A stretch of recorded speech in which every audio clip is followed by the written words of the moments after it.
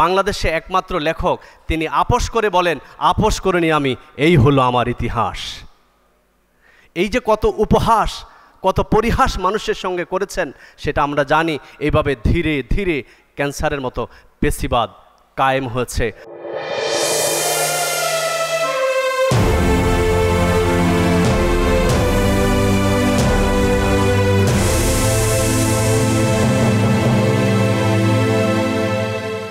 আপনারা জানেন যে সরকার পরিবর্তনের পরে অনেক জায়গায় শুধু ডিসি, এসপি, ইউনো কিংবা অধিদপ্তর ডিজি পরিবর্তন হচ্ছে, কিন্তু কাঠামোর পরিবর্তন অন্তত 1% হয়েছে কিনা আমি অন্তত গত 2 মাসে খুঁজে পাইনি। পত্রিকার মধ্যে আপনারা দেখেন যে একই ভাষায় লেখা হচ্ছে, যাকে ধরা হচ্ছে হত্যার মামলার আসামি হিসাবে তার নামে লেখা হচ্ছে বীর মুক্তিযোদ্ধা, জনপ্রিয় অভিনেতা, হ্যানত্যান ব্লা ব্লা ব্লা। এটা কোন দেশের ভাষা? এটা কোথায় বিপ্লব? এই বিপ্লব আপনাকে আমাকে ভীতিকর জায়গা থেকে নিতে পারেনি। সুতরাং আপনারা যারা আছেন এগুলো নিয়ে কাজ করবেন, নাকি আরেকটা এরশাদ হাসিনাকে আমন্ত্রণ জানাবেন? সিদ্ধান্ত আপনার এবং আমাদের। আমাদের যেসব বন্ধুরা শুধু লিখে ক্ষান্ত হননি, মাঠে থেকেছেন, আপনারা জানেন। এবং আজকে এই আয়োজন হয়তো রাষ্ট্র করতে পারত, কিন্তু আমরা দেখেছি সেদিন থেকে বলা হচ্ছিল যে আসলে বিকল্প কি। আজকেও আমরা জানিয়ে দিতে চাই, রাষ্ট্রের বিকল্প আমরাই রাষ্ট্র।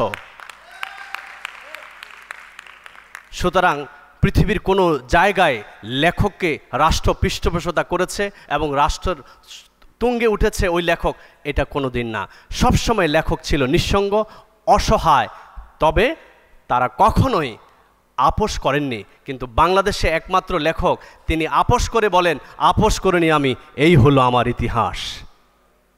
এই যে কত উপহাস, কত পরিহাস মানুষের সঙ্গে করেছেন সেটা আমরা জানি। এইভাবে ধীরে ধীরে ক্যান্সারের মতো পেশিবাদ কায়েম হয়েছে। আজকে আমাদের বন্ধু আক্তার এসেছে। আক্তার একা টিএসসির সে রাজু ভাস্কর্যে বসেছিল প্রশ্নপাশের দায়ে। তারপর আজকে এই বিপ্লব এই জায়গায় তুঙ্গে উঠেছে। আমরা আক্তারের জন্য জোরে একটা সর্বোচ্চ করতালি চাই। যাই হোক, শুধু করতালি নয়, এটি একটি উৎসাহ, একটি অনুপ্রেরণা, একটি শক্তি। আমাদের এখানে এসেছে আবরারের ছোট ভাই আরেক আবরার। আমরা দেখেছি যে বছর আবরারকে হত্যা করা হয় নির্মমভাবে, পরের বছর অন্তত 8 থেকে 10 জন বুয়েটে আবরার নামে শিক্ষার্থী চান্স পায়। এইভাবে আবরাররা আবাবিল পাখির মতো বাংলাদেশকে জড়িয়ে রাখে, আগলে রাখে, ভালোবাসে। আপনারা যারা অভিভাবক পর্যায়ে এসছেন, আমাদের বাদশা ভাই, আমাদের অন্য যারা আছেন, আপনারা দেখেন আপনাদের সন্তানরা কি বলতে চায়। এখানে অনেকজন আছেন তাদের সন্তানরা বিদেশে লেখাপড়া করে, আর এই সন্তানরা আপনাদের সামনে প্রতিশ্রুতি দিচ্ছে এই বাংলাদেশকে রক্ষা করার। আপনারা তাদের কথা শুনবেন না, কার কথা শুনবেন? যারা এই বাংলাদেশকে বলে আমার বাংলা, আমার সোনার বাংলা। আজকে আমরা আয়োজন করেছি, আমরা বড় কেউ নই। আমাদের আক্তার ভাই যেটা বলেছেন, যা গল্প বলতে দিচ্ছে, আপনাদের গল্প আমরা সবার হাতে পৌঁছে দিচ্ছি। ডেইলি স্টারের আপনাদের গল্পটি প্রায় 24,000 শেয়ার হয়েছে, আহত লেখকের গল্প। আজকে আমরা এটি প্রকাশ করে মানুষের কাছে দিতে চাই। রাষ্ট্র যদি পাশে দাঁড়ায় সেটি 1 লক্ষ ছাপা হবে, আমরা পাশে দাঁড়িয়ে 200 হয়তো ছাপিয়েছি। সুতরাং আপনাদের গল্প, জুলাই যে স্মৃতি ফাউন্ডেশন হয়েছে সেখানে আক্তাররা কাজ করবে, কিভাবে এটাকে পৌঁছে দেবে সেটি কাঠামো দাঁড়াবে। বাট আমরা শুরু করতে চাই যে আমরা এইখানে শুধু 17 জন না, আপনারা মানে 17 কোটি। আমি একটি বাক্য মনে করে দিতে চাই। আমি 21 জুলাই বোধহয় বলেছিলাম যে সামাজিকভাবে পাত্রীকে বিবাহ দেওয়ার আগে যেমন খোঁজ খবর নেয়, তেমনিভাবে যেন সামাজিকভাবে অভিভাবকরা খোঁজ খবর নেয় আপনার মেয়েকে বিয়ে দেওয়ার আগে আপনার আগামী দিনের সে আত্মীয়, সে কোনোভাবে যেন ছাত্রলীগের সদস্য কোনো না হয়। একই সঙ্গে ছেলে বিয়ে দেওয়ার ক্ষেত্রেও যেন ছাত্রী যেন ইডেন কলেজের ছাত্রলীগের সদস্য না হয়।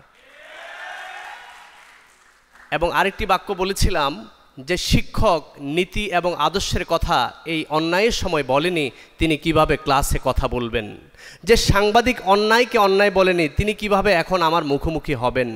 যে কবি সত্য কথা বলেনি, তিনি কিভাবে বইমেলায় তার বইটি নিয়ে দাঁড়াবেন। সুতরাং আগে আপনারা ছাত্রলীগকে যেভাবে কাভারেজ দিয়েছেন, আওয়ামী লীগকে দিয়েছেন, এখন বৈষম্য বিরোধী আন্দোলনের নেতাকে দিবেন, এটা কখনো প্রত্যাশা না। যা পাওয়ার তাই যেন দেয়া হয়, সেটাই আমাদের প্রত্যাশা। শিবলি ভাইকে জ্ঞাতার্থে এবং সবাইকে জানিয়ে রাখতে চাই, বর্তমানে কাজী নজরুল ইসলাম তিনি আমাদের জাতীয় কবি। বাংলা একাডেমিতে তার প্রকাশিত সকল রচনাবলীর পূর্ণাঙ্গ খণ্ড পাওয়া যায় না গত 1 দশক। বাংলা একাডেমিতে প্রায় প্রতি বছর 52 কোটি টাকার 2% ব্যবহার হয় মাত্র গবেষণায়, বাকি পায় 35% শুধু বেতন ভাতায়। বাংলাদেশের এত বড় বিপ্লব ঘটিয়েছে সাংস্কৃতিক অনুপ্রেরণায়, কিন্তু তার 1% বাজেটও হয় না। বাংলাদেশের সাহিত্যের ইতিহাস দীর্ঘদিন থেকে বন্ধ, লেখা হয় না, প্রকাশ নেই। বাংলাদেশের লেখক চরিত অভিধান বাংলা একাডেমিতে পাওয়া যায় না। স্যার আলী রিয়াজের একটি বই আছে 70 দশকের কবি ও কবিতা নিয়ে। তো আপনারা বলেন কোথায় এলেন, কারা চালায়? গত 2 মাস 3 মাসে পড়লো, এখনও কোথাও কোনো ভীতি নাই, মানে বিকার নেই, কোনো পরিকল্পনা নেই, কোনো অধিদপ্তরের ডিজি গিয়ে পরিকল্পনা পেশ করছে না। শ্রদ্ধেয় আলী রিয়াজ স্যাররা আপনারা একটু বলেন কাদেরকে বসাচ্ছেন, কারা যাচ্ছে? কোনো আওয়াজ নেই, কোনো কথা বলছে না। জাতীয় কবির অবস্থা এরকম, রবীন্দ্রনাথের এরকম, তারা নজরুলের পুরস্কার পায়, কোনো প্রত্যাখ্যান করে না এরকম অন্যায়ের বিরুদ্ধে, তারা দাঁড়ায় না, তাদের কোনো পরিকল্পনা থাকে না। রাষ্ট্রের সংস্কৃতির 1% বাজেট থাকে না।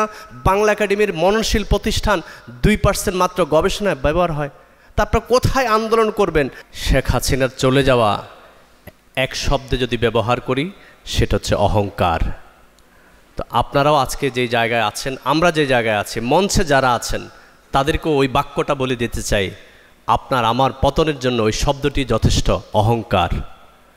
আপনারা যদি অহংকার করেন, আপনি আজকে চিফ আছেন, 0 থেকে হিরো হওয়া যায়। এবং বাংলাদেশের মানুষ বাঙালির চরিত্রের মধ্যে আছে, একদিনে হিরো করতে পারে, আধা দিনে 0 করে দিতে পারে। এরা উঠায় আর নামায়। শেয়ার বাজারের অবস্থা বাংলাদেশের অবস্থা। আমরা শেষ করে দিতে চাই এটা বলে, মানে আমার কথা, আমাদের অনুষ্ঠানে আপনারা দেখবেন যে কোনো ধরনের সভাপতি নেই, সভাপ্রধান নেই। আমরা আসলে এটাকে ভাঙতে চাই। গত পরশু বাংলা একাডেমিতে একটি অনুষ্ঠান হয়েছে। এখানে আমরা গত বছরও যেভাবে দেখেছি, সচিবালয়ের লোকজন বক্তব্য দেয়, বাংলা একাডেমির সচিব বক্তব্য রাখে, মূল আব্দুল করিম সাহিত্য বিশারদ নিয়ে অনুষ্ঠান, সেই অর্থে বিশ্ববিদ্যালয়ের পাঠাতনের বাহিরের লোকজন আলাপ করে না। সব কিছু কাঠামো, কেউ আসলে কাঠামো ভাঙে না। সুতরাং আমরা কাঠামোটা ভাঙতে চেয়েছি, এই সভাপতি সভাপ্রধান এগুলাকে আমরা ভাঙতে চেয়েছি, কাঠামো ভাঙতে চেয়েছি। ফলে আমরা কিন্তু যারা আহত হয়েছেন তাদেরকে আপনারা মঞ্চে দেখেছেন, এটি একটি বিষয়। আর এই অনুষ্ঠান নিয়ে 1 মিনিট বলি যে এই অনুষ্ঠানটি সম্পূর্ণভাবে আমরা ব্যক্তিগত উদ্যোগে করেছি। ব্যক্তিগত বলতে কয়েকজন মিলে, আমাদের সায়েম, জোবাইর ইবনে কামাল, আসিফ সহ আমাদের এই বন্ধুরা মিলে আমরা করেছি। রাসেল ভাই, রাসেল এবং 2 রাসেল মিলে আমাদেরকে সহযোগিতা করেছেন, বায়োপার্মা, এবং আমাদের এই বইটি আপনাদের কাছে বইময় প্রকাশনী আমাদেরকে পৌঁছে দিয়েছেন। এটি অসাধারণ কাজ, অল্প সময় আমরা করতে পেরেছি।